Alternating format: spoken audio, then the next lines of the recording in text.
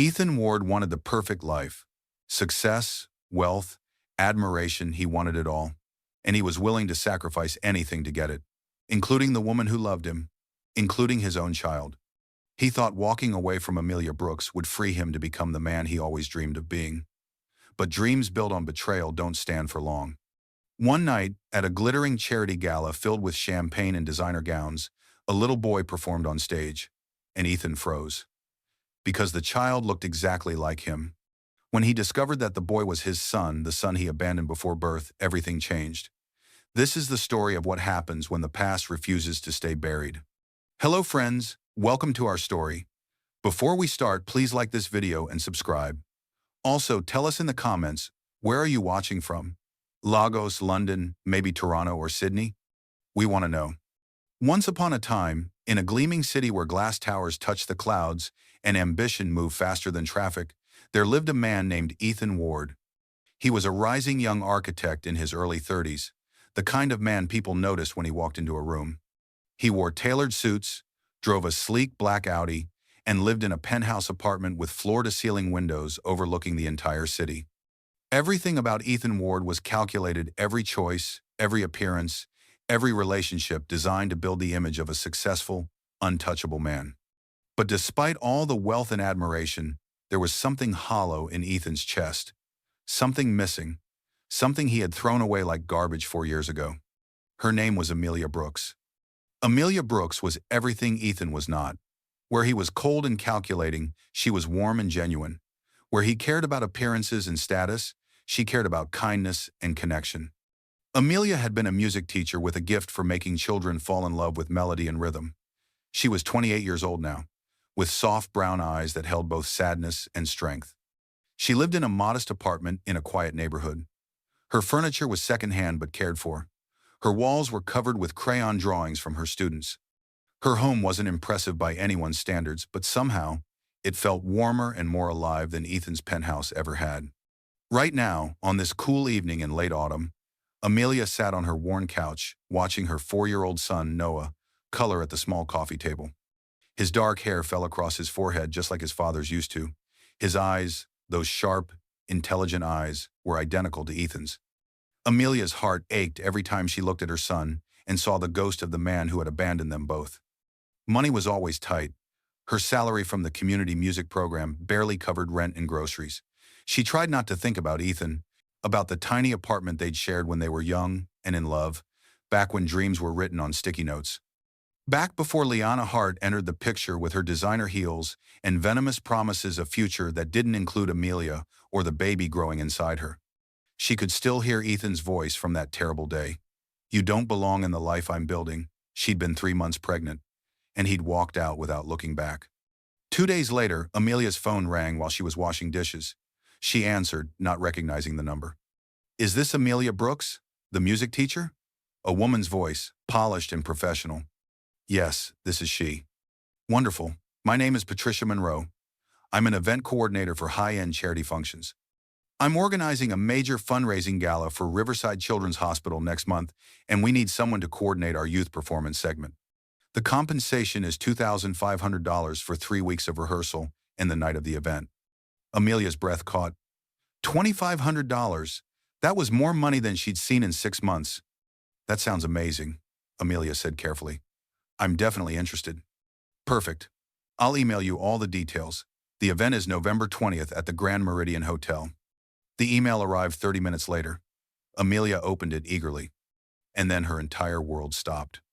Event: Riverside Children's Hospital Annual Fundraising Gala. Primary sponsor: Mr. Ethan Ward. She read the name again and again. Ethan Ward, the man who had abandoned her, the father of her child. He was hosting this event, and she had been hired to work at it. After a sleepless night wrestling with impossible choices, Amelia made her decision. She needed the money desperately. For Noah, she typed her acceptance and hit send before she could change her mind. The event: 3 weeks later. The Grand Meridian Hotel looked like a palace. Crystal chandeliers, polished marble floors, staff in crisp uniforms. Amelia wore her nicest dress, a simple navy blue number from a discount store. Standing in the lobby, surrounded by people in designer clothes, she felt completely out of place. Patricia Monroe appeared, clipboard in hand. Amelia, the children are backstage. We have 90 minutes before guests arrive. For the next hour, Amelia worked with 12 children from community music programs, rehearsing a sweet melody about hope and helping others. The kids were wonderful, and despite her anxiety, Amelia felt confident they would do beautifully. Then came the complication. Sarah, her best friend who was supposed to watch Noah, called with an emergency last-minute hospital shift, couldn't get out of it. Patricia suggested using the hotel's childcare lounge for staff families. Amelia hesitated, but she had no choice. An hour later, Noah arrived. "Mommy, this place is so big." "I know. Baby." She took him to the children's lounge on the second floor. "Be good, okay?" "I will, Mommy." The crystal ballroom was breathtaking. Round tables with white linens and elaborate floral centerpieces filled the space. Everywhere there were people who looked like they'd stepped out of fashion magazines. The program schedule was clear. Cocktail hour, dinner, opening remarks from Ethan Ward, then the children's performance, which meant Amelia would see him. The house lights dimmed. Patricia took the stage, thanking sponsors. Then she said the words Amelia had been dreading. "Please welcome our primary sponsor, Mr. Ethan Ward." The applause was thunderous. And Ethan walked onto the stage. Amelia's breath stopped. 4 years since she'd seen him. He was still devastatingly handsome in his dark suit, hair perfectly styled, that confident smile on his face. But there was something harder in his eyes now, something colder. Ethan spoke about children's health care, about giving back to the community, about building a better future. He sounded sincere, passionate. Amelia's hands clenched into fists. How dare he talk about children and the future when he'd walked away from his own child? Ethan finished to more applause. Patricia introduced the children's performance. "Please welcome music teacher Amelia Brooks and our talented young performers." Amelia walked onto the stage with the children filing behind her. The lights were bright. The crowd was massive. She refused to look for Ethan. The children arranged themselves. Amelia stood to the side with her borrowed guitar. She smiled at the kids and nodded. They began to sing. The melody was simple and sweet. The children's voices blended beautifully. Despite everything, Amelia felt proud. Then, during the instrumental bridge, something unexpected happened. A small voice joined the singing. Amelia's head snapped up. Her eyes went wide. Noah. Her 4-year-old son walked onto the stage, having slipped away from the children's lounge. He didn't know he wasn't supposed to be there. He'd probably heard the music and followed it. He walked right up to the other children and started singing confidently. Several people in the audience chuckled with delight, but Amelia couldn't breathe. Because she saw Ethan at a front table, his attention fully on the stage. As Noah stepped forward singing, Ethan's expression changed. His smile faded, his eyes widened, his body went rigid. He was staring at Noah, really staring. And Amelia watched recognition dawn on Ethan's face because Noah looked exactly like him. The same dark hair, the same features, the same eyes. Ethan gripped the table, his knuckles white. The stunning blonde woman next to him, Liana, leaned over and said something, but Ethan didn't respond. He just stared at Noah like he'd seen a ghost. The song ended. The audience applauded. Amelia quickly ushered the children off stage, including Noah. Backstage, she knelt and hugged her son tight. "Baby, you were supposed to stay in the playroom." "I'm sorry, Mommy. I heard the music." "It's okay, but next time, you stay where Mommy puts you." She knew. She knew Ethan had seen Noah. She knew he'd recognized the resemblance, and she knew everything was about to change. After the event ended, Amelia collected Noah from the children's lounge. She was heading toward the exit, holding his hand, when a voice behind her made her freeze. "Amelia." Ethan's voice. She stopped. For a moment she considered keep walking, but she'd spent 4 years being strong. She wouldn't stop now. Slowly, Amelia turned around. Ethan stood 10 feet away. His jacket was off, tie loosened. He looked like he'd been through a war, hair messed up, eyes red, expression shocked. "Amelia," he said again, voice hoarse. They stared at each other. 4 years of silence stretched between them. Then Ethan's gaze dropped to Noah, who hid behind Amelia's legs. Ethan's face crumpled. Is he mine?" Amelia's jaw tightened. She put a protective hand on Noah's shoulder. "His name is Noah," she said quietly, her voice like ice. And yes, he's yours. The words hit Ethan like a physical blow. He staggered backward, his hand covering his mouth. I didn't know, Ethan whispered. I swear, Amelia, I didn't know. The lie was so audacious that Amelia nearly laughed. I told you I was pregnant, she said, voice shaking with rage. And you said I didn't belong in your life. You walked out. No, Ethan looked desperately confused. I never got any messages, any letters. I sent 4 letters to your office. I called 17 times. You ignored every single one. Ethan went pale. I never received Amelia, I swear I never got any letters. There was genuine confusion in his eyes, but Amelia was too angry to care.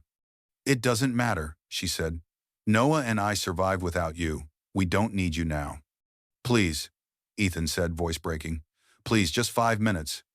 Mommy, I'm tired, Noah said, tugging her hand. Can we go home? Yes, baby, we're going home now. She turned away from Ethan. Amelia, please, Ethan called. I didn't know. But Amelia kept walking, holding Noah's hand tight until they were out the door. Behind her, Ethan Ward fell to his knees. His entire world had just collapsed.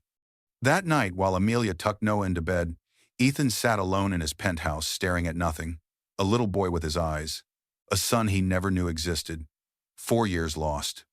And somewhere, somehow, someone had kept the truth from him. Ethan grabbed his phone with shaking hands. It was time to find out exactly what had happened. It was time to uncover the lies, and when he did, someone was going to pay. To understand how 2 people who once loved each other so deeply could end up as strangers, we need to go back to a time before penthouse apartments and luxury cars. Back to when Ethan Ward wasn't a successful architect and Amelia Brooks believed in fairy tales. Back to the beginning. 5 years ago, Ethan and Amelia lived in a tiny 1-bedroom apartment on the 4th floor of an old building with no elevator. The paint on the walls was chipped. The kitchen was so small only one person could stand in it at a time. The bathroom had a shower that only gave hot water if you turned the knob exactly right. But to Amelia, it was perfect. Because she shared it with the man she loved. They had met in college, Ethan studying architecture, Amelia studying music education. He was ambitious and driven, always sketching building designs on napkins during lunch. She was gentle and creative, humming melodies while she walked to class. They were opposites in many ways, but somehow they fit together like pieces of a puzzle. Look at this, Ethan would say, spreading his drawings across their tiny coffee table. This is the hotel I'm going to design someday. 50 stories, glass and steel. It'll be iconic. Amelia would curl up beside him, resting her head on his shoulder. You're going to be famous, Ethan Ward. We're going to be famous, he'd correct her, kissing her forehead. I'll design the buildings and you'll fill them with music. Their apartment was covered in sticky notes. Little yellow squares stuck to the refrigerator, the bathroom mirror, the bedroom wall. Each note held a dream. Buy a house with a garden. Get married on the beach. Have 3 kids. Travel to Paris. Grow old together. Amelia loved those sticky notes. She loved how they turned their small, struggling life into something full of possibility. Ethan worked long hours at a small architectural firm, earning barely enough to pay rent. Amelia taught music lessons to neighborhood kids for cash. Money was always tight, but they had each other, and that felt like enough. I'm going to give you everything someday, Ethan whispered to her one night as they lay in bed, the city lights filtering through their thin curtains. A big house, nice clothes, trips anywhere you want to go. I don't need those things, Amelia said softly. I just need you. But even then, Amelia could sense something restless in Ethan, something hungry. He wanted more than their small apartment and paycheck-to-paycheck life. He wanted success, recognition, respect. And Amelia loved him for his ambition. She just didn't realize how dangerous that hunger would become. Everything changed the day Liana Hart walked into Ethan's life. Liana Hart was 32 years old, beautiful in that cold, polished way that made people stare. She came from old money, the kind of wealth that had been in her family for generations. She wore designer clothes like armor and heels so expensive they could have paid Ethan and Amelia's rent for 2 months. Liana worked as a consultant for high-end real estate developers, connecting architects with wealthy clients who wanted exclusive, luxury projects. She noticed Ethan at an industry networking event. He was 27 then, still young and hungry, presenting a design concept to a room full of people who barely paid attention. But Liana paid attention. She saw his talent, his drive, his desperation to prove himself, and she saw an opportunity. After his presentation, Liana approached him. "That was impressive," she said, her voice smooth as silk. "You have real vision." Ethan had been surprised. No one at these events usually talked to junior architects. "Thank you. I'm Ethan Ward." "I know who you are," Liana said, handing him her card. "Liana Hart. I work with developers who need talented architects for exclusive projects. You should call me." That night, Ethan came home excited. "Amelia, you won't believe what happened." Amelia looked up from where she was grading her students' music assignments at their small table. "What? This woman, Liana Hart, she works with major developers. She said I have vision. She wants me to call her about potential projects." Amelia smiled, genuinely happy for him. "That's wonderful, baby. You deserve recognition." But what neither of them knew was that Liana Hart didn't just want to help Ethan's career. She wanted to control it. And controlling his career meant controlling him. Over the next 6 months, Liana slowly wove herself into Ethan's professional life. She invited him to high-end networking dinners at restaurants where the appetizers cost more than Ethan earned in a week. She introduced him to wealthy developers, art collectors, and business moguls. She showed him a world of luxury he'd only dreamed about. And with each dinner, each introduction, each glimpse of that glittering world, Liana planted seeds of doubt. "You're so talented, Ethan," she'd say over expensive wine. "But talent alone isn't enough in this industry. You need the right connections, the right image, the right presentation." "What do you mean?" Ethan asked. Liana smiled, a sharp, calculated smile. "I mean that success in architecture isn't just about designing beautiful buildings. It's about who you know, how you present yourself, who you're seen with." She never directly criticized Amelia. She was too smart for that. Instead, she'd make subtle comments that wormed their way into Ethan's mind. "Is your girlfriend in the industry?" Liana asked once. "No, she's a music teacher. She works with kids." "How sweet," Liana said, her tone suggesting it was anything but. "That must be simple work." Simple, the word echoed in Ethan's head. Was Amelia's life simple? Her second-hand clothes, her small teaching job, her happiness with their tiny apartment, was it holding him back? Another time, at a gala Liana had invited him to, she introduced him to her circle of friends, all sophisticated, wealthy, perfectly polished people. "These are the people who will shape your career, Ethan. Connections matter, image matters. In this world, everything matters." Ethan looked around at the designer suits, the expensive jewelry, the casual conversations about vacation homes and investment properties. Then he thought about going home to his cramped apartment, where Amelia would be waiting in her worn pajamas, excited to tell him about her day teaching children their scales. The contrast began to shame him, and he hated himself for feeling that shame. Liana's philosophy was simple and ruthless. "Love is a distraction, Ethan. Legacy is everything. Do you want to be comfortable, or do you want to be remembered?" Ethan started coming home later. He started talking less about their sticky note dreams. He started looking at Amelia differently, seeing not the woman he loved, but the gap between their lives and the life Liana was offering him.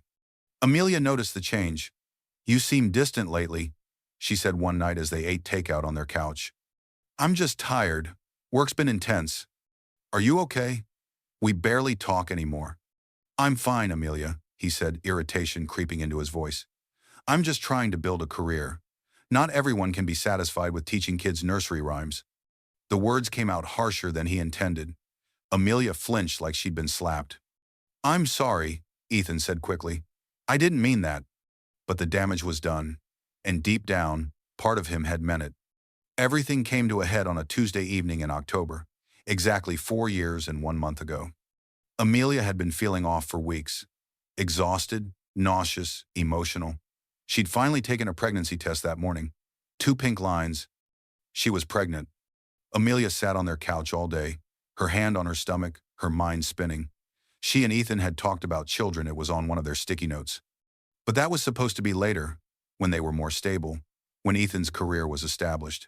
Now, with money so tight and Ethan so distant. But underneath the fear, Amelia felt something else. Joy. Hope. Maybe a baby would bring them back together. Maybe this would remind Ethan of what really mattered. When Ethan came home that night, Amelia was waiting.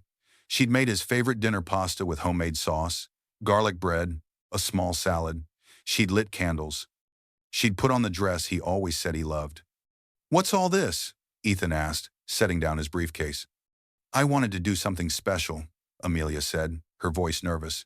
"We need to talk." They sat down to eat. Amelia barely touched her food. Her hands trembled as she tried to find the right words. "Ethan," she finally said, "I have something to tell you." He looked up from his pasta, waiting. "I'm pregnant." The fork in Ethan's hand stopped midway to his mouth. He set it down slowly. "What?" "I'm pregnant," Amelia repeated, tears filling her eyes. "We're going to have a baby." Ethan's face went through several expressions: shock, disbelief, and then something that looked like panic. "How did this happen?" "How do you think it happened?" Amelia said, trying to smile through her fear. "I know it's not what we planned right now, but, Amelia, we can't afford a baby," Ethan said, his voice rising. "I'm barely making enough to pay rent. You make almost nothing from your teaching. How are we supposed to raise a child?" "We'll figure it out," Amelia said desperately. "People do it all the time. We'll make it work." "Make it work?" Ethan stood abruptly, pacing the small living room. "I'm finally getting somewhere with my career. Liana's introducing me to people who could change my entire life. I can't do this right now." "Do this?" Amelia's voice broke. "This is our baby, Ethan. Our child." Ethan's phone buzzed. He looked at it. A text from Liana. "Dinner tomorrow with the Mitchell Group. Major opportunity. Don't be late." In that moment, Ethan made a choice, and it was the wrong one. "I need some air," he said, grabbing his jacket. "Ethan, wait." But he was already out the door. He didn't come back that night. He went to Liana's apartment, where she poured him expensive scotch and listened to his panic with calculated sympathy. "A baby," Liana said slowly. "That's quite a development." "I don't know what to do," Ethan said, running his hands through his hair. "My career is just starting. I can't be tied down with responsibilities you didn't plan for," Liana finished smoothly. "Ethan, I'm going to be honest with you. You're at a crossroads. You can stay in that tiny apartment with a struggling music teacher and a baby, living paycheck to paycheck for the rest of your life, or you can choose the future you deserve, the success, the legacy, the life you've worked so hard for." "She's the woman I love," Ethan said weakly. "Is she?" Liana moved closer. "Or is she the woman you loved when you were young and didn't know better?" "Ethan, love doesn't pay bills. Love doesn't build empires. You need to think about who you want to be, and whether Amelia Brooks fits into that picture." Ethan spent 3 days away from the apartment. 3 days of Liana whispering poison in his ear, of being wined and dined by wealthy developers, of being shown exactly what his life could look like if he just let go of Amelia. When he finally came home, Amelia was waiting. She looked exhausted. Her eyes were red from crying. "Where have you been?" she whispered. "I've been thinking," Ethan said. His voice was cold, detached, like he was discussing a business transaction. "About us, about the baby, about everything." "And?" Ethan took a breath. And then he said the words that would destroy her. "You don't belong in the life I'm building, Amelia." The room went silent except for the sound of Amelia's sharp intake of breath. "What?" "I'm moving forward with my career," Ethan continued, unable to meet her eyes. "Liana's introducing me to investors. I'm getting opportunities I never dreamed of. But they come with expectations, a certain lifestyle, a certain image. And you," he gestured vaguely at their apartment, at her, at everything they'd built together. "This life isn't going to work anymore." "This life?" Amelia's voice rose, thick with tears. "What about our baby? What about our plans?" "The sticky notes, Ethan, the promises." "We were kids when we made those promises," Ethan said. "I'm not that person anymore." Amelia stood, her whole body shaking. "So what are you saying? You're just leaving? Abandoning me? Abandoning your child?" "I'm saying I'm choosing my future," Ethan said. "And I'm sorry, but that future doesn't include you." The words hung in the air like poison. Amelia collapsed onto the couch, sobbing so hard she couldn't breathe. She reached for him, but Ethan stepped back. "I'll have my things moved out by the end of the week," he said. The apartment lease is in your name. I'll cover this month's rent. After that, you're on your own. Ethan, please. Amelia begged through her tears. Please don't do this. I love you. We can make this work. Please. But Ethan was already walking toward the door. He paused, his hand on the knob. For just a second, something flickered in his eyes, doubt, regret, pain. But Liana's voice echoed in his head. Choose your legacy. And Ethan walked out. Amelia sat alone in that tiny apartment, her hand on her stomach where their baby was growing, and cried until she had nothing left. The sticky notes on the walls mocked her with their naive promises. The furniture they'd bought together felt like tombstones, marking the death of her dreams. She called him 17 times over the next 2 weeks. She sent 4 letters to his office, begging him to reconsider, to at least help with the baby. She sent emails explaining that she was struggling, that she needed him, that their child needed him. She never got a response. What Amelia didn't know was that those letters never reached Ethan. Liana had made sure of that.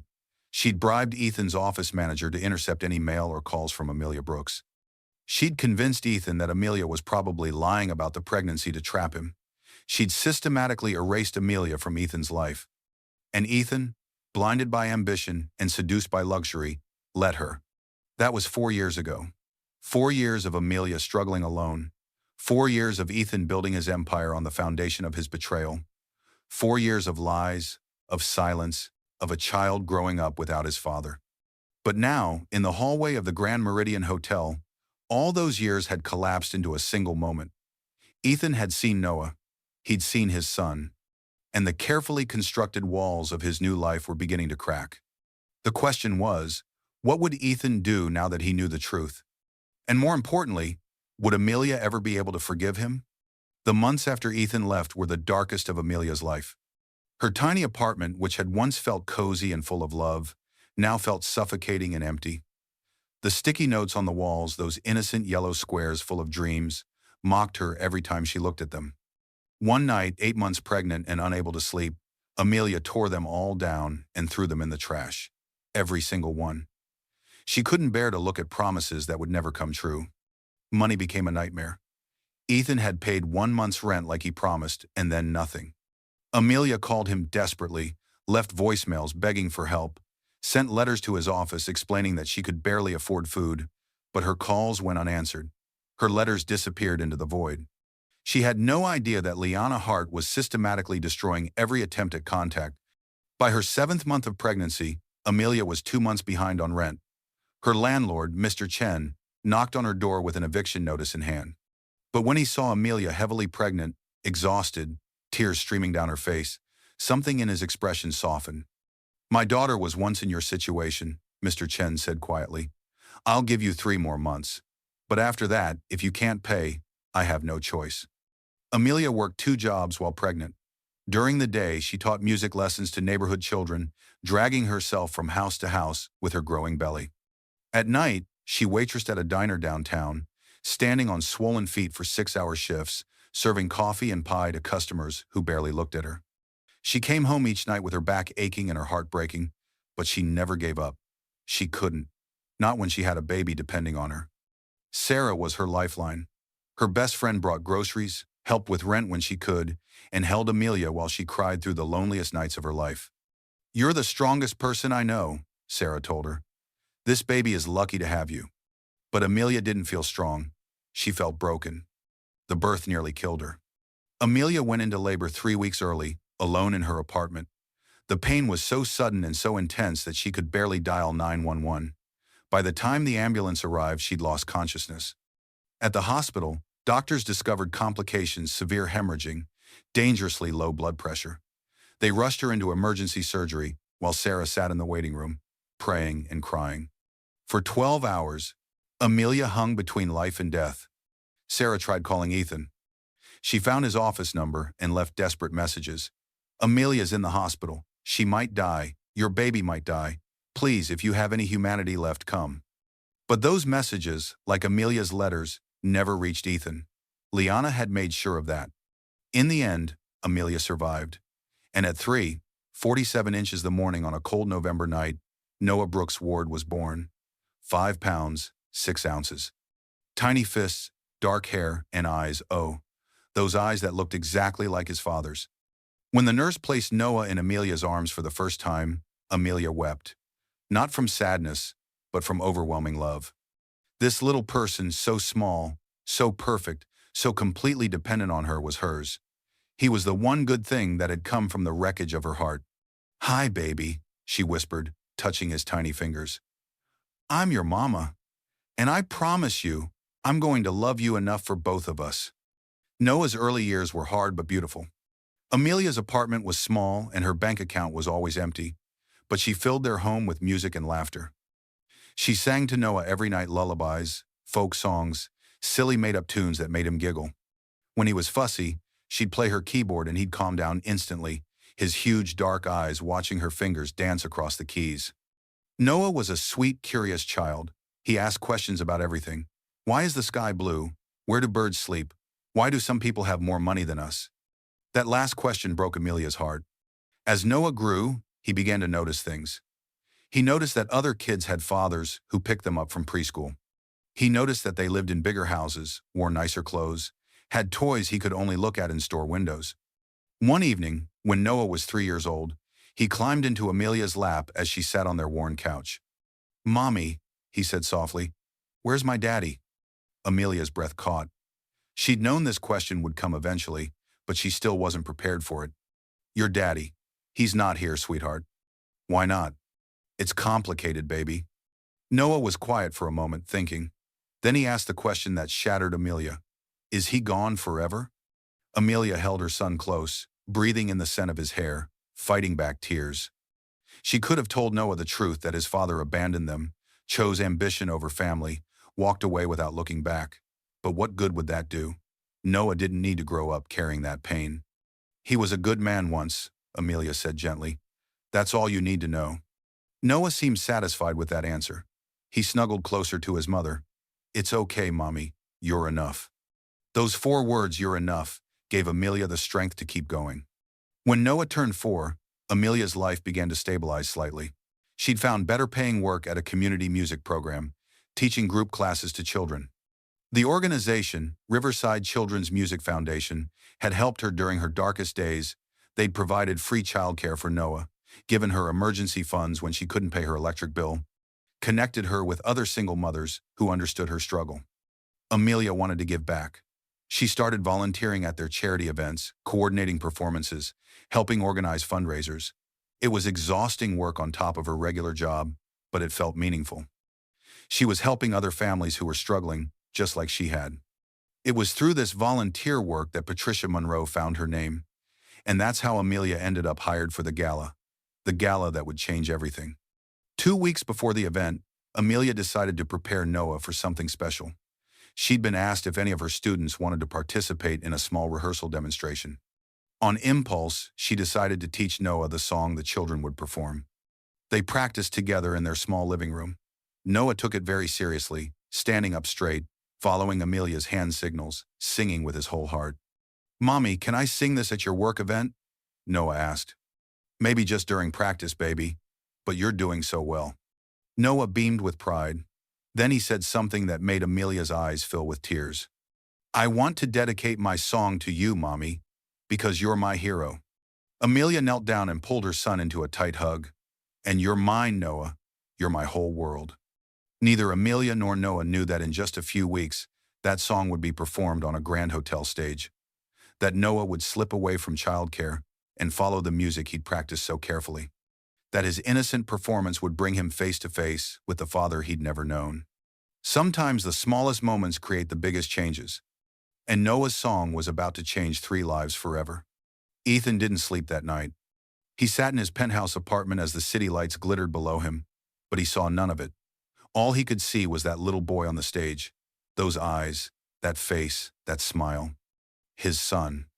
The words kept repeating in his mind like a prayer or a curse. His name is Noah, and yes, he's yours. Around 3 a.m., Ethan stumbled to his closet and pulled down a box from the top shelf, a box he hadn't opened in 4 years.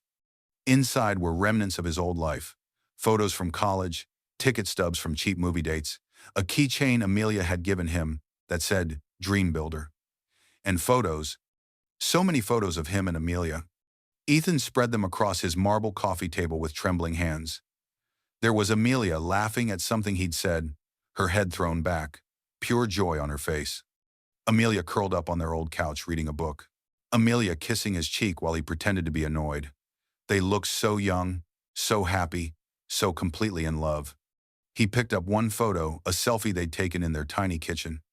Amelia was making pancakes, and he'd wrapped his arms around her from behind. They were both grinning like idiots. Ethan stared at his own face in that picture, at the genuine smile, at the warmth in his eyes, at the man he used to be. "What did I do?" he whispered to the empty room. And then he looked at a photo of himself from last month, a magazine profile about rising young architects. In that picture, he wore an expensive suit and a confident smile, but his eyes were cold, empty. There was no warmth there, no real joy. He'd traded everything real for this hollow success. Ethan's hands began to shake, then his shoulders. And suddenly, for the first time in 4 years, Ethan Ward broke down completely. He sobbed into his hands, great heaving cries that came from somewhere deep in his chest. He cried for Amelia, for Noah, for the family he'd thrown away, for the man he'd become. When dawn broke over the city, Ethan was still awake. He'd washed his face and made coffee with hands that wouldn't stop trembling. Then he opened his laptop and searched for Amelia Brooks. Nothing. No Facebook profile, no Instagram, no Twitter. It was like she'd disappeared from the digital world entirely. The only mentions he found were her name listed in programs for community music events and charity functions, volunteer coordinator, music teacher, always giving, always helping. While he'd been climbing the corporate ladder and attending galas, Amelia had been struggling alone, raising their son alone, surviving alone. The guilt was crushing. Ethan's mind kept returning to something Amelia had said in the hotel corridor. "I sent 4 letters to your office. I called 17 times. 4 letters. 17 calls." Ethan had never received any letters. He'd never gotten any calls. His assistant at the time would have told him if Amelia had reached out, wouldn't she? Unless someone had made sure he never got those messages. Ethan's blood went cold as a suspicion took root. He thought about how Liana had been there through everything 4 years ago, how she'd been the one encouraging him to cut ties with Amelia completely, how she'd said, "Clean breaks are best, don't look back, she'll move on." Had Liana intercepted those letters? Had she hidden Amelia's attempts to contact him? The thought made him sick. Ethan grabbed his phone and scrolled through his contacts until he found the number he needed. Patricia Monroe, the event coordinator from last night. She answered on the 3rd ring. "Mr. Ward, good morning. I hope you're calling to tell me how pleased you were with the event." "Patricia, I need to ask you about the woman who coordinated the children's performance. Amelia Brooks." There was a pause. "Is there a problem?" "She did an excellent job." "No, no problem. I need to know more about her involvement." "How long has she been working with the Charity Foundation?" "Oh, she's been volunteering with Riverside Children's Music Foundation for about 2 years. Very dedicated. The children adore her. Actually, she brought her son to the event last night, sweet little boy who ended up joining the performance. Did you see that? It was adorable." Ethan's throat tightened. Her son. What's his name? "Let me check my paperwork." "Yes, here it is. Noah Brooks Ward." She put him down on the childcare roster. The room spun. Brooks Ward. Amelia had kept his surname for their son. After everything he'd done, after abandoning her, she'd still given Noah his father's name. "Mr. Ward, are you still there?" "Yes," Ethan managed. "Patricia, one more question. How old is Noah?" "Let's see." She listed his birth date as November 14th. He just turned 4. November 14th. Ethan did the quick math in his head. 9 months after he'd left Amelia. The timeline matched perfectly. "Thank you, Patricia," Ethan said, his voice barely a whisper. "That's all I needed." He ended the call and sat in silence, the phone still in his hand. Noah Brooks Ward, 4 years old, born 9 months after Ethan walked out, with Ethan's eyes, Ethan's features, Ethan's surname. "He is my son," Ethan whispered to the empty penthouse. The full weight of what he'd lost, what he'd done, crashed down on him. He had a son. A 4-year-old boy who didn't know him, who'd grown up without a father, who'd asked his mother where his daddy was while Ethan lived in luxury and ignorance. 4 years of birthdays missed. First words, first steps, first days of school. 4 years of Noah's life that Ethan would never get back. And Amelia, brave, strong, heartbroken Amelia, had survived it all alone. She'd nearly died giving birth to their son, and Ethan hadn't even known she was in the hospital. She'd sent letters begging for help, and somehow those letters had never reached him. Someone had kept the truth from him. And Ethan knew exactly who. Ethan stood and walked to his window, looking out at the city that had once represented all his dreams. Now it just looked cold and empty. His phone buzzed, a text from Liana. "Darling, that gala was magnificent. Shall we do brunch today to discuss the Mitchell Tower project?" Ethan stared at the message. Mitchell Tower. Another project. Another step up the ladder. Another achievement in his carefully constructed life. None of it mattered anymore. He typed back, "We need to talk. Today. My office. This is urgent." Then he opened a new text thread and stared at the blank screen. He wanted to text Amelia, to apologize, to explain, to beg for a chance to make things right. But what could he possibly say? What words could bridge 4 years of abandonment and pain? Instead, Ethan made a vow to himself and to the son he'd just discovered. He would find out the truth about what happened 4 years ago. He would confront Liana. He would uncover every lie, every intercepted letter, every hidden message. And then somehow, some way, he would find Amelia and Noah. He would get down on his knees if he had to. He would beg for forgiveness he didn't deserve. He would spend the rest of his life trying to make up for what he'd done. Because that little boy on the stage, Noah, his son, deserved a father. And Amelia deserved to know that Ethan finally understood what he'd thrown away. As the sun rose higher over the city, Ethan Ward made a decision. His old life, the one built on ambition and lies and betrayal, was over. Whatever it took, however long it required, he would fight to become the man Noah and Amelia needed him to be. Even if it meant losing everything else in the process. Ethan sat in his car outside Amelia's apartment building for 20 minutes before he found the courage to get out. The building was nothing like his glass and steel penthouse. It was old, with chipped paint and a rusted fire escape zigzagging down the front. Children's bikes lay scattered in the small courtyard. Laundry hung from some of the balconies. This was where Amelia had been living while he slept in luxury. The guilt was suffocating. He'd found her address through Patricia, who'd needed it for payment paperwork. Ethan knew showing up unannounced was probably a terrible idea, but he couldn't wait any longer. He needed to see her. Needed to see Noah. Needed to start making things right, even though he had no idea how. Ethan climbed the 4 flights of stairs.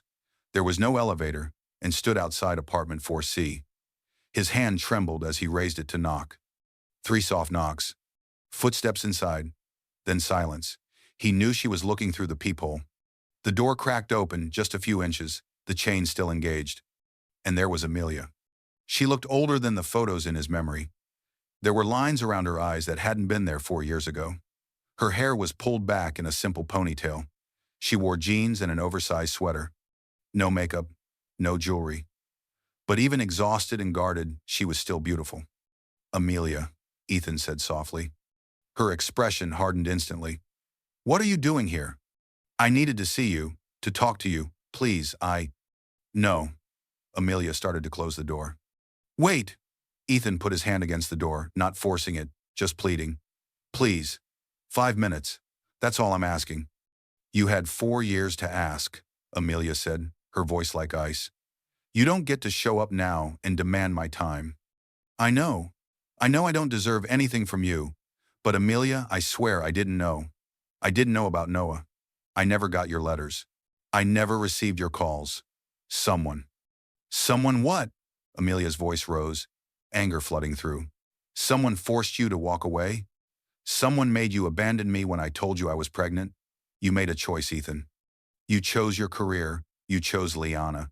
You chose everything except me and our baby." "I was wrong," Ethan said desperately. "I was so wrong. I was selfish and blind and stupid.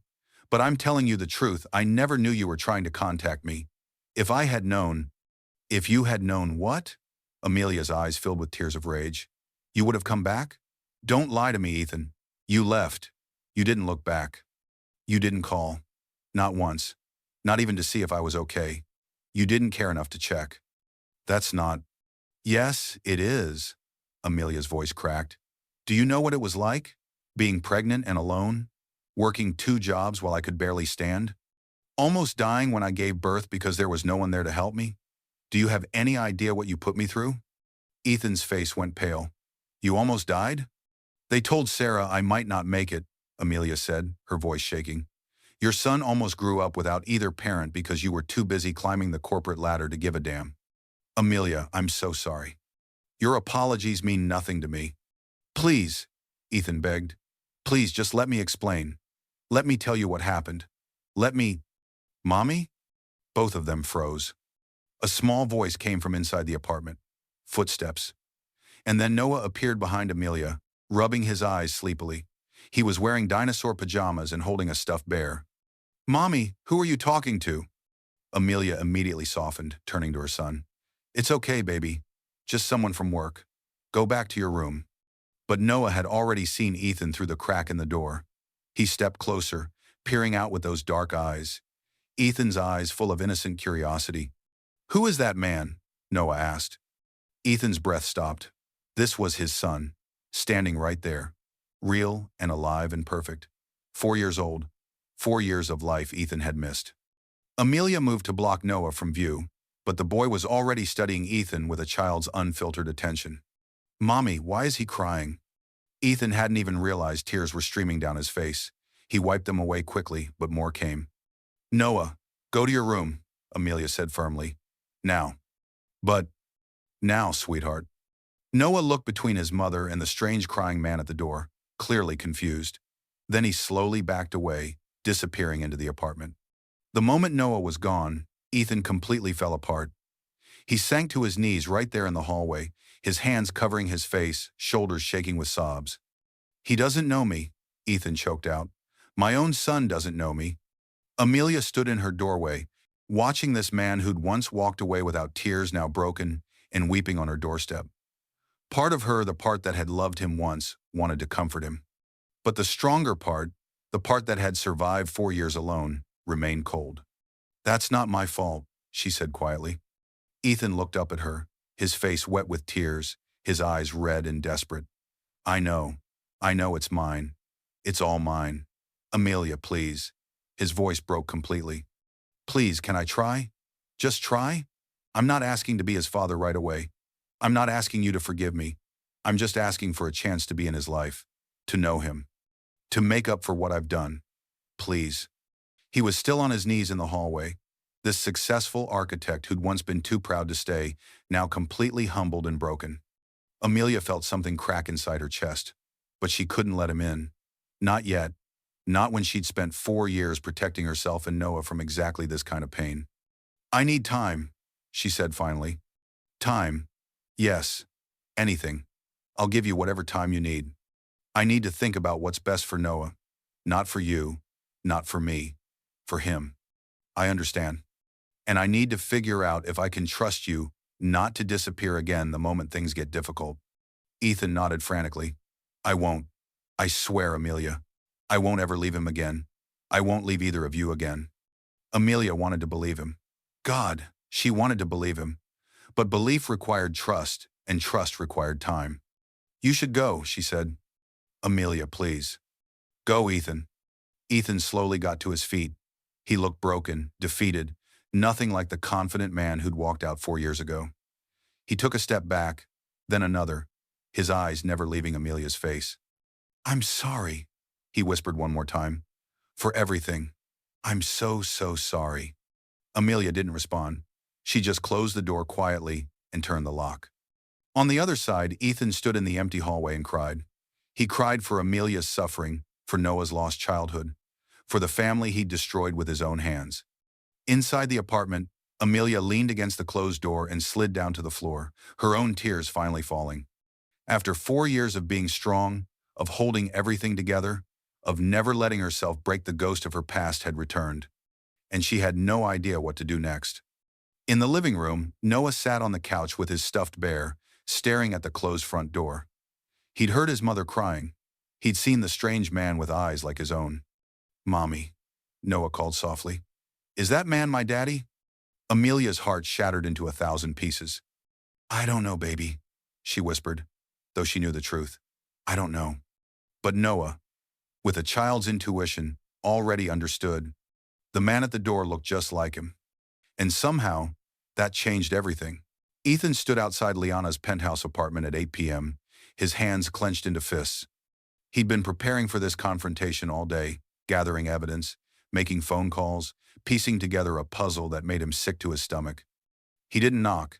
He used the key she'd given him months ago and walked straight in. Liana was in her living room, a glass of wine in her hand, dressed in an elegant silk robe. She looked up in surprise, then smiled. Darling, this is unexpected.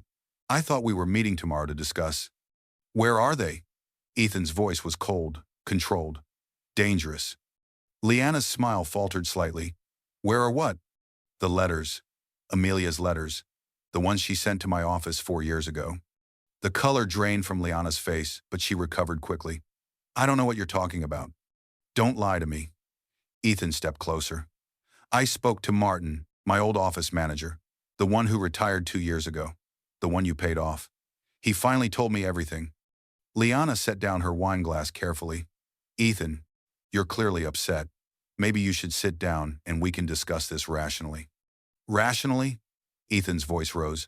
You want to discuss rationally how you destroyed my life? How you stole 4 years from me and my son? Your son? Liana laughed, a sharp, brittle sound. Ethan, you don't even know if that child is yours. That woman could have been with anyone. His name is Noah, Ethan said through clenched teeth. Noah Brooks Ward. He's 4 years old. He has my eyes, my face, my features. He's mine, Liana. And you knew. You knew Amelia was pregnant. You knew she was trying to reach me, and you made sure I never found out. Liana's mask finally cracked. Her expression hardened, the warmth draining away to reveal something cold and calculating underneath. So what if I did? The casual admission hit Ethan like a physical blow. What? You heard me. Liana stood, her silk robe swirling around her. Yes, I intercepted her pathetic letters. Yes, I made sure her calls never reached you. Yes, I told you she'd moved on with someone else. What did you expect me to do, Ethan? Let some nobody music teacher drag you back down into poverty? She was pregnant with my child. She was a distraction. Liana's voice turned sharp, venomous. You were brilliant, talented, ambitious, everything I needed for the Mitchell partnership deal. Do you have any idea how much money was riding on that? The Mitchell Group wanted a young, unattached architect they could mold, someone who could devote himself completely to their vision. They didn't want some family man worried about diapers and daycare. Ethan stared at her in horror. That's what this was about? A business deal? That's what everything is about, Liana said coldly. Money, power, legacy. I saw your potential, Ethan. I saw what you could become if you weren't tied down by sentiment and obligation. So yes, I removed the obstacle. Obstacle? Ethan's voice shook with rage. That was my family. That was the woman I loved and my unborn child. Love, Liana scoffed. Love doesn't pay the bills. Love doesn't build empires. You wanted success, Ethan. You wanted to be somebody. I gave you that. Everything you have now, your career, your reputation, your wealth, you owe to me. I owe you nothing, Ethan said quietly, dangerously. You're a liar and a manipulator. I'm a realist, Liana countered. I did what you were too weak to do yourself. You wanted out of that relationship, Ethan. You just didn't have the courage to fully commit to leaving. I simply helped you along. By lying to me? By telling me Amelia had moved on? By saying, Ethan's voice broke. You told me she'd been sleeping around, that if she was pregnant, it probably wasn't even mine. And you believed me, Liana said with a cruel smile. Because deep down, you wanted to believe it.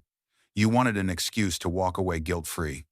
The words struck something raw in Ethan because part of them was true. He had wanted an easy out. He had been relieved when Liana told him Amelia had moved on. He'd used those lies as permission to stop thinking about her, to stop feeling guilty. But that didn't excuse what Liana had done. Amelia almost died, Ethan said, his voice shaking. When she gave birth, she almost died, and I wasn't there. My son almost lost his mother, and I didn't even know he existed. For the first time, something flickered in Liana's expression, not quite guilt, but something close to uncertainty. That wasn't supposed to happen, she said quietly. No. Ethan stepped closer, his eyes blazing. What was supposed to happen, Liana? Did you think Amelia would just disappear? Did you think my son would grow up never wondering about his father? Did you think there would be no consequences for your lies? I thought you'd forget about her, Liana admitted. I thought you'd move on and build the life you deserved. The life I deserved? Ethan's laugh was bitter. I deserved nothing. I abandoned my family. I walked away from the best thing that ever happened to me because you convinced me that ambition mattered more than love. You destroyed my family, Liana. I made you successful, Liana shot back. Without me, you'd still be in that pathetic apartment designing shopping malls. Without you, I'd have my son, Ethan said, his voice breaking. I'd have 4 years of memories, first words, first steps, bedtime stories. I'd have been there when Amelia needed me. I'd have been a father. You still can be, Liana said, suddenly shifting tactics, her voice turning softer. Ethan, what's done is done, but you have resources now. You can support them. Set up a trust fund. Make sure they're taken care of. You don't have to throw away everything we've built. We didn't build anything, Ethan said coldly. You built lies, and I'm done being part of them. He turned toward the door. Ethan, wait, Liana called, panic creeping into her voice. Be reasonable. Think about your career. Think about your reputation. If you walk away from me, you walk away from every connection I've given you. Ethan stopped at the door and looked back at her. I don't care. My career, my reputation, my connections, none of it means anything if I don't have my family. None of it matters if I'm not the man my son deserves. You're making a mistake, Liana said, her voice hard again. You'll regret this. The only thing I regret, Ethan said quietly, is ever listening to you in the first place. He walked out and closed the door behind him, leaving Liana standing alone in her expensive penthouse, surrounded by all the wealth and success that suddenly felt hollow and meaningless. Outside, in the elevator descending from Liana's floor, Ethan leaned against the wall and finally let himself breathe. The truth was out. The lies were exposed. Liana's manipulation had cost him everything that mattered. But now he knew. Now he understood. And now he could begin the long, painful process of trying to make things right. If Amelia would let him. If Noah would ever accept him. If he could somehow earn back what he'd lost. The elevator doors opened to the lobby, and Ethan stepped out into the night air, a broken man carrying the weight of terrible truths. But also a man who finally knew what he was fighting for. After 3 days of silence, Amelia finally answered Ethan's text message. You can come to Noah's music class on Saturday. 10 a.m. Riverside Community Center. You can watch. That's all. Ethan read the message a dozen times, his heart pounding with a mixture of hope and terror. It wasn't much, but it was something. It was a door cracked open just an inch. He'd take it. Saturday morning, Ethan arrived at the Riverside Community Center 30 minutes early. The building was nothing like the sleek, modern spaces he was used to. It was old, with scuffed floors and walls covered in children's artwork. A bulletin board advertised free music lessons, food bank hours, and support groups for single parents. This was Amelia's world, the world he'd turned his back on. Ethan waited in the hallway, clutching a bag of things. He'd brought a stuffed dinosaur he'd seen Noah holding in photos, a box of the fancy cookies from an upscale bakery, and a children's book about buildings and architecture that he'd found at a bookstore. The classroom door opened, and children began filing in with their parents. Then he saw them, Amelia holding Noah's hand, both walking slowly down the hallway. Ethan's breath caught. Noah was wearing a blue shirt with a cartoon rocket on it and light-up sneakers. He was chattering to Amelia about something, his little hands gesturing excitedly. Then Noah saw Ethan standing there, and the boy went silent. He immediately moved behind Amelia's legs, peeking out cautiously. Hi, Ethan said softly, crouching down to Noah's level. Remember me? Noah didn't answer. He pressed closer to Amelia. Amelia's expression was guarded. Noah, this is Mr. Ethan. He's going to watch your class today. Is that okay? Noah nodded slowly but didn't come out from behind his mother. I brought you something, Ethan said gently, pulling out the stuffed dinosaur. I heard you like dinosaurs. He held it out. Noah stared at it, clearly tempted, but shook his head. No, thank you, Noah whispered, the words obviously taught by Amelia polite even in refusal. Ethan's heart cracked a little, but he smiled. That's okay. I'll just leave it here in case you change your mind. The music class was beautiful and heartbreaking to watch. Amelia led 12 children in songs and rhythm exercises. She was patient, kind, encouraging everything Ethan remembered and more. She'd grown into her strength, forged by struggle into something unbreakable. And Noah was bright and musical and curious. He sang with confidence, laughed at Amelia's jokes, helped the younger kids when they forgot the words. He was perfect. Ethan sat in the corner of the room, watching his son and the woman he'd abandoned, and felt like a ghost haunting a life that should have been his. During break time, Ethan tried again. He approached Noah, who was sitting at a small table coloring. Hi, Noah. What are you drawing? Noah looked up, then quickly back down at his paper. A rocket ship. That's really good, Ethan said, sitting carefully in a chair nearby, close, but not too close. Do you like space? Noah nodded but didn't look up. Me too. When I was your age, I wanted to be an astronaut. Silence. Ethan pulled out the cookies he'd brought. Would you like a cookie? They're chocolate chip. Noah glanced at the fancy box, then at Amelia across the room. She gave a small nod of permission. Okay, Noah said quietly, taking one cookie. But he didn't say thank you, and he didn't smile. He just ate it quickly and went back to coloring. Ethan tried asking questions about preschool, about his favorite color, about anything, but Noah's answers were short and guarded. The boy was polite but distant, treating Ethan like a stranger. Which, Ethan realized painfully, is exactly what he was. After class, as parents collected their children, Ethan approached Amelia. She was packing up her music supplies, her movements efficient and practiced. Thank you, Ethan said softly, for letting me come. Amelia didn't look at him. I'm not doing this for you. I'm doing this because Noah deserves to know his father, if that's what he wants. What does he want? I don't know yet, Amelia admitted. He's confused. He asks questions I don't know how to answer. I'll keep coming, Ethan said. Every week, however long it takes. I'll show up, Amelia, I promise. Amelia finally looked at him, her eyes tired and wary.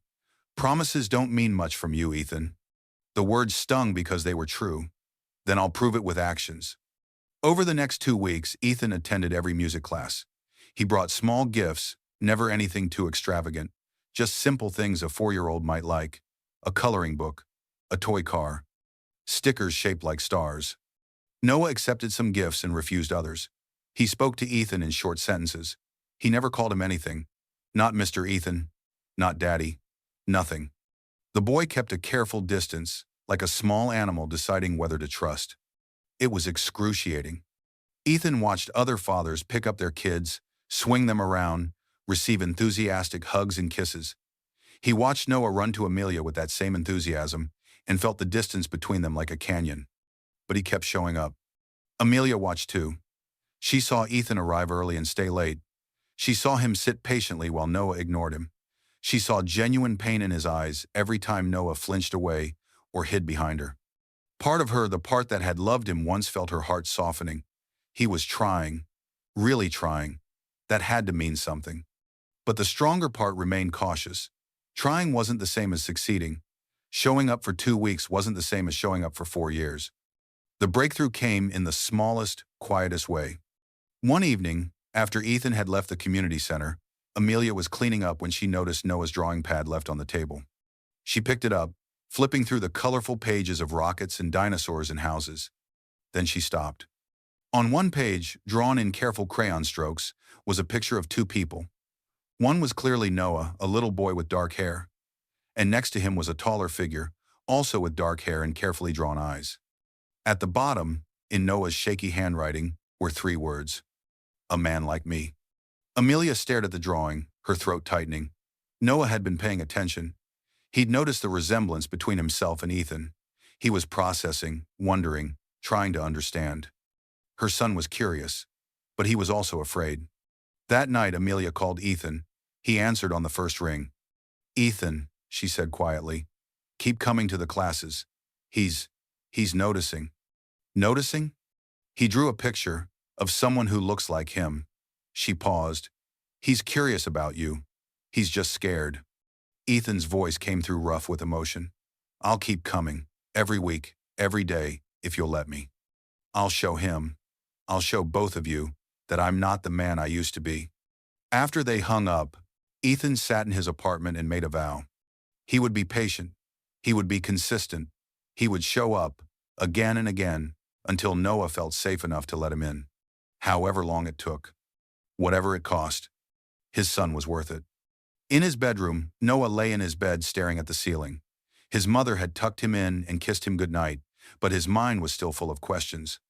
The man who kept coming to his music class had eyes like his, a face like his, a smile like his. "Mommy," Noah had asked earlier, "is that man my daddy?" Amelia had paused, then knelt down to his level. "Yes, baby, he is." "Why didn't he come before?" "It's complicated, sweetheart. Sometimes grown-ups make mistakes." Noah thought about this for a long time. Maybe daddies could make mistakes. Maybe they could come back. Maybe they could try again. He wasn't sure yet, but maybe, just maybe, he wanted to find out. 3 weeks had passed since Ethan started attending Noah's music classes. 3 weeks of small gifts politely refused. 3 weeks of careful distance. 3 weeks of trying to build a bridge that seemed impossibly long. Then came the school event. Noah's preschool was having a family art day. Parents and guardians invited to join their children for an afternoon of painting, drawing, and crafts. Amelia had mentioned it casually during a brief conversation after music class. Not quite an invitation, but not quite excluding him either. "It's on Thursday at 2 p.m., she'd said, not meeting his eyes. "If you want to come." Ethan had rearranged his entire schedule. He'd canceled 2 important meetings and postponed a site visit for a major project. None of it mattered compared to this.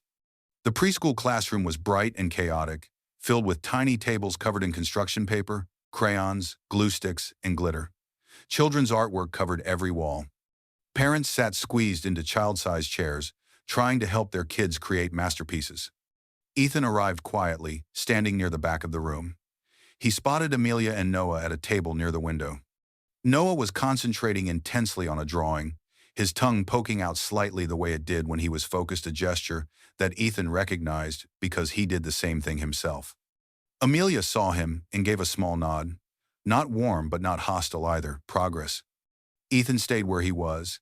He'd learned that pushing too hard only made Noah retreat further, so he just watched, letting Noah set the pace, letting the boy decide when or if he was ready.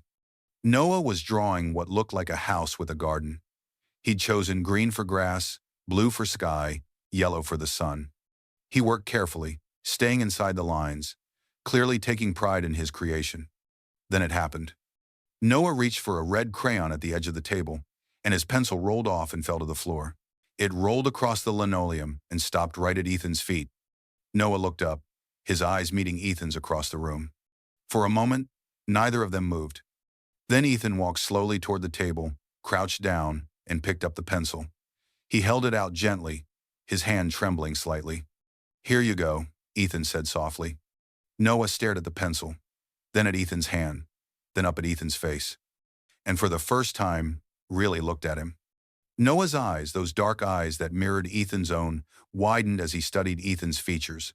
The same nose, the same jawline. The same small scar above the left eyebrow that Ethan had gotten falling off a bike when he was 6. The boy's expression changed from wary to curious to something like recognition.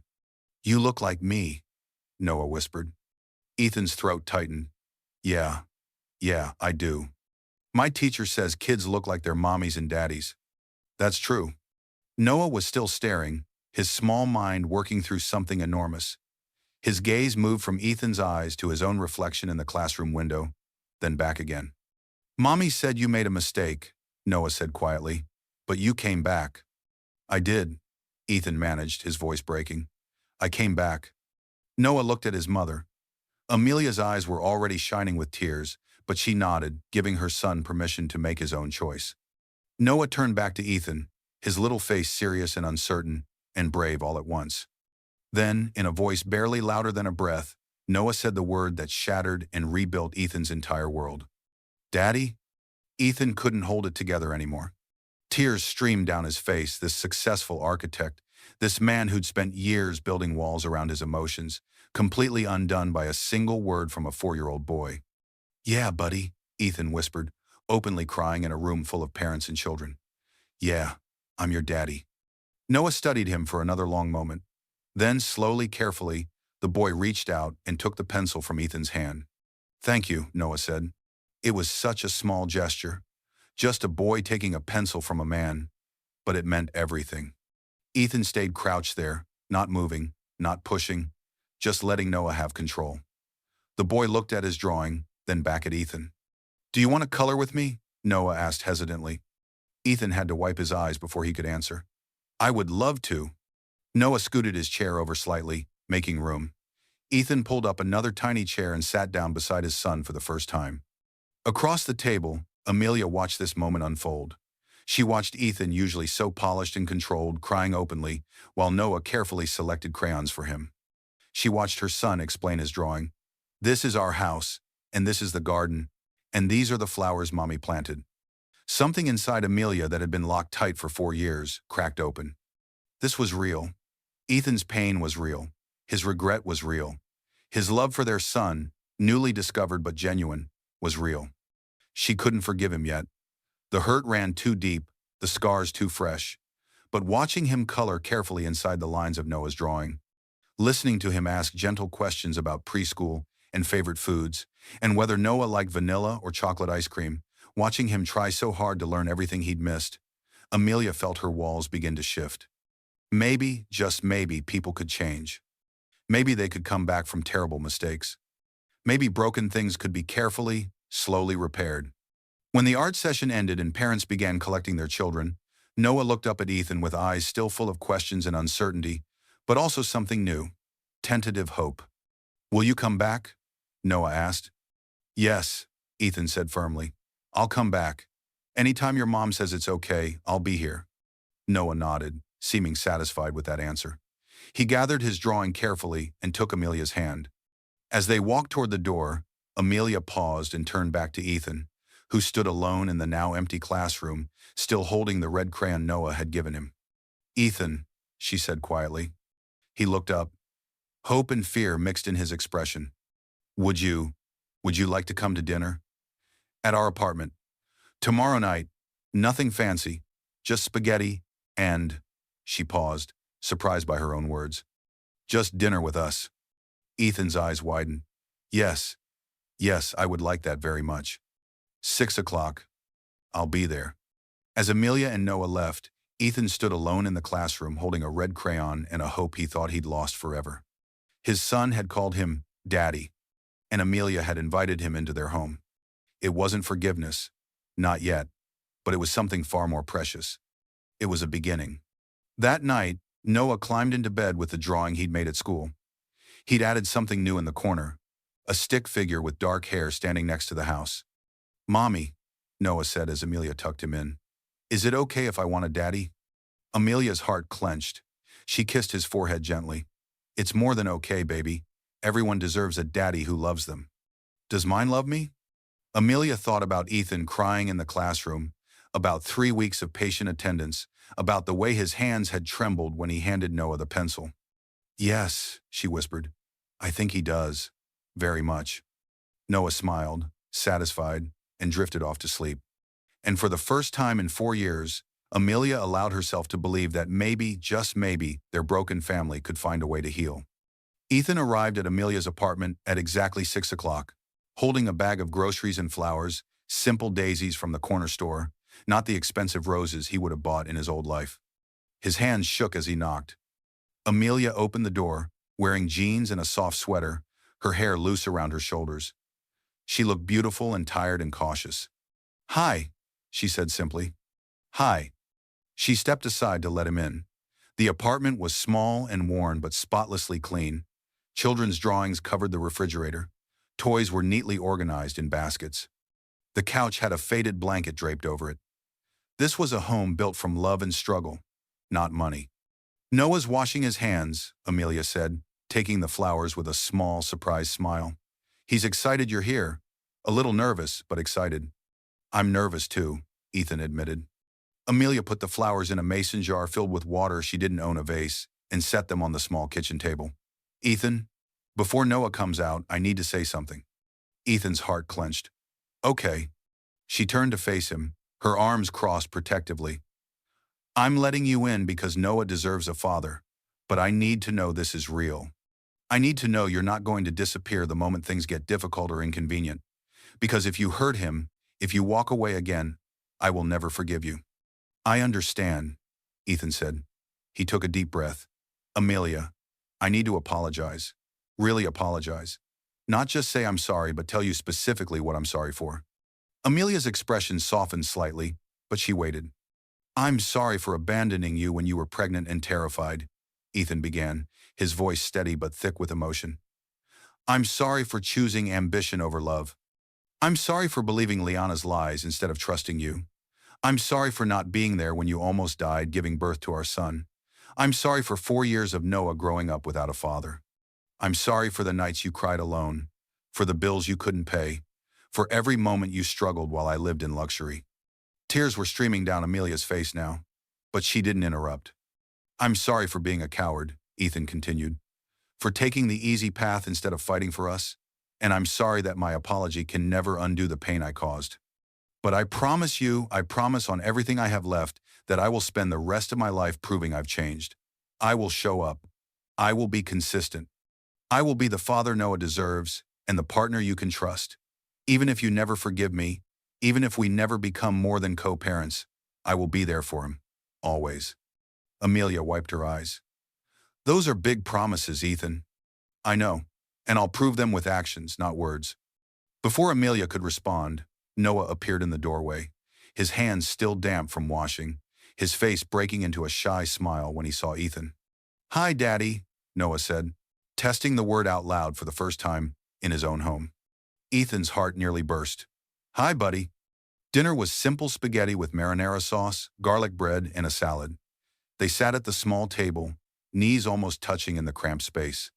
Noah chattered about his day at preschool, about the tower he'd built with blocks, about his friend Emma who could count to 100. Ethan listened to every word like it was the most important story ever told. After dinner, Noah pulled out his collection of toy cars and asked Ethan to play.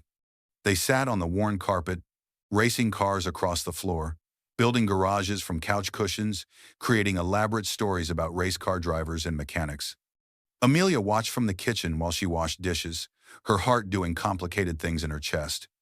This was what she dreamed of 4 years ago, a family, together, simple and real. It hurt that it had taken so long to get here. But watching Noah's face light up as Ethan made engine noises and crashed cars dramatically, she couldn't deny that this mattered.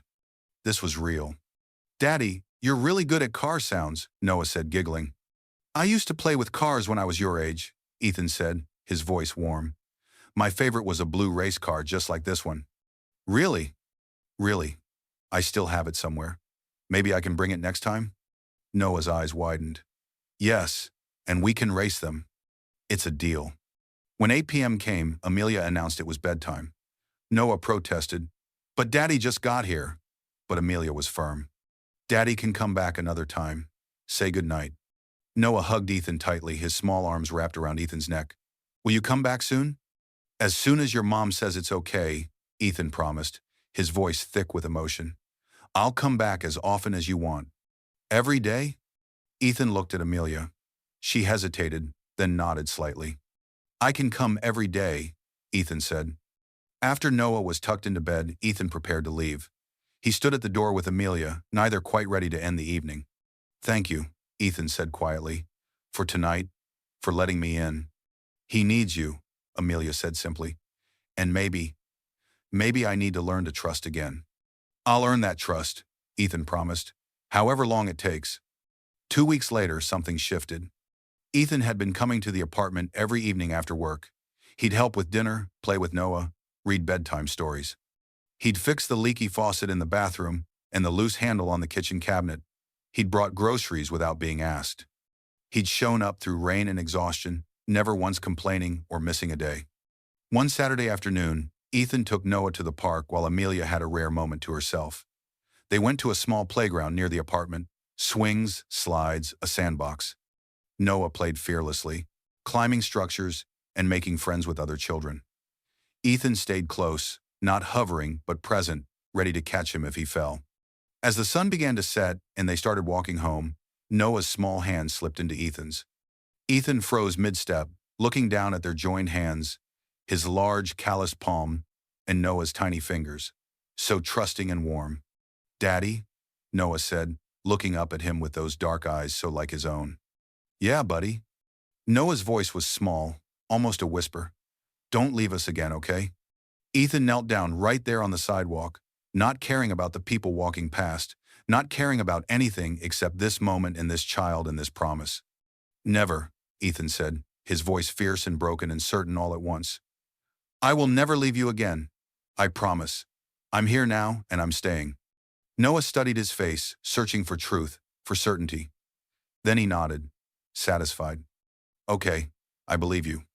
They walked the rest of the way home, hand in hand. When they reached the apartment, Amelia was waiting by the window. She'd seen them coming down the street, seen Noah holding Ethan's hand, and something inside her finally, truly began to heal. That night, after Noah was asleep, Ethan and Amelia sat on the worn couch together, not touching, but close. The distance between them was still there, but it was smaller now, softer. "I don't know if I can ever go back to loving you the way I did," Amelia said honestly.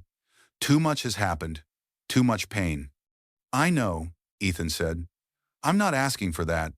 I'm just asking for a chance to be here, to be Noah's father, to be someone you can rely on." "Can I really rely on you?"